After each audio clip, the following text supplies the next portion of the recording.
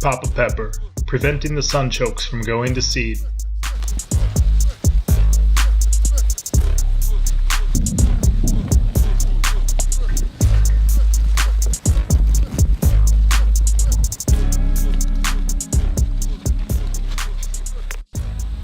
So Papa Pepper here today with a sunchoke update. As you can see behind me, there is a big pile of what they call Jerusalem Artichokes or sunchokes. They're not technically an artichoke, they're part of the sunflower family actually, which is why they get all these wonderful flowers. Now these plants are 8 feet tall, maybe 9. They're doing great, they're doing excellent. It's the tubers that I'm in it for, the roots.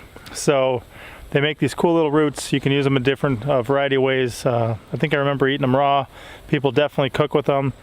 And they're about something that's going to give you back about tenfold. So if you plant a pound, you'll get about 10 pounds back. If you plant, 10 pounds, you're going to get about 100 pounds back. Sorry, sheep was distracting me.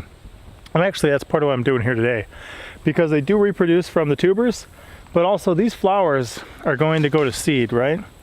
And they're going to sprinkle seeds all over my garden. If I want to keep this type of plant contained and I don't want it to be everywhere, what I may actually have to do is to break or cut off these big stems like this, right? Where all the flowers come, and the plant will keep living. They'll still be putting forth leaves and stuff like that. Yeah, Dodge Ram knows what's up. So this guy's coming already. You can see he's one of my 4-horn Jacob sheep. And they will just nibble that stuff up. Check them out for a minute.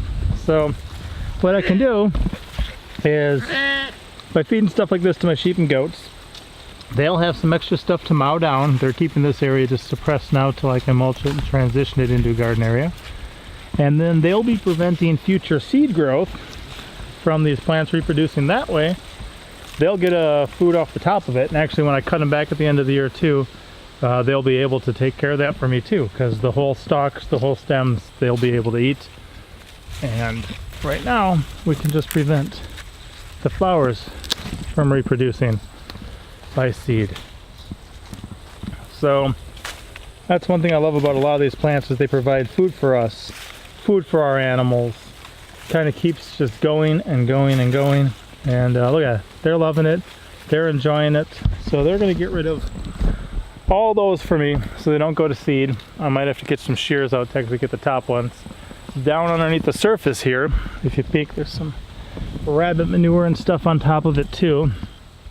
So the root systems down there, the tubers, are what I'm going to be doing. I'm going to dig some up. I'm going to make sure to leave some so they come back next year. And then actually this has been feeding the deer too, which we'll take care of later.